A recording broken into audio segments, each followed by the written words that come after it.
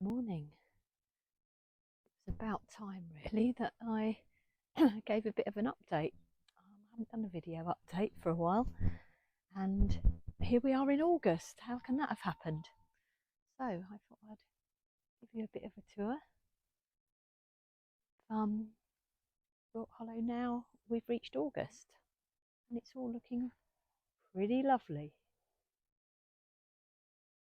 Quite as floral as it was in May in the meadows. It's looking really lovely. So I'll give you a bit of a tour. Wildlife pond, looking lovely. No dragonflies around yet, but we have had a few. Been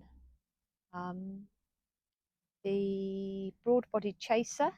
I've had an emperor and a southern hawker and a few damselflies as well. So that's looking pretty good. I'm pleased with the pond. And then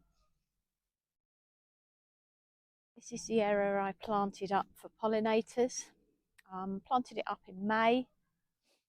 And a bit crazy, but verbena are really tall. Some cosmos,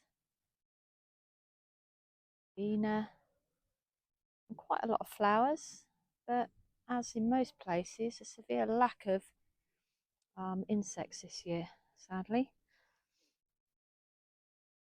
But it's filling out nicely. I'll make a few adjustments next year. Still looking quite good. My little patches that I left unmown are probably ready for me almost to trim them off now because they're dying off, but then every now and then a little burst of clover, self-heal comes through. Some ragwort here, which is fab for insects. St John's wort. So I'm leaving them really for as long as possible, just to maximise the opportunities for pollinators. Lots of self-heal in here. There's even a bit of red campion appearing. So I've decided to leave them for as long as possible, and they still look pretty nice. I like to plant my patio pots up for pollinators as well, so I use very little traditional bedding. I tend to use a lot of flowers that I think are going to provide lots of nectar for insects, and that look good as well. So many of the traditional bedding don't really offer very much for insects at all, so have a think about what you could get that would help not only make your patio look lovely, but offer some nectar and opportunities for butterflies and other insects. Salvias and lavenders are fabulous for the bees, and verbena, and they also look really good in pots. And being perennial, they're going to come back every single year. And I can see bees on these at the moment. I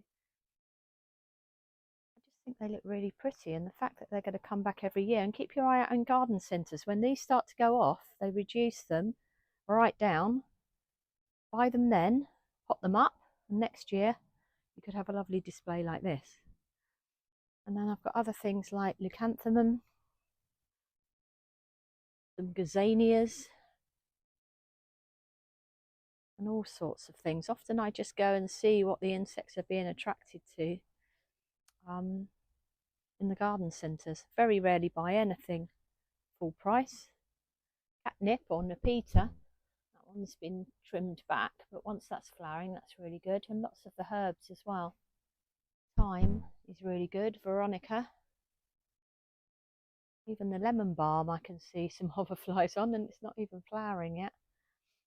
And I've even got a little buddleia in here, but it's only a very little beginner one. It does look pretty, and hopefully good for the insects too.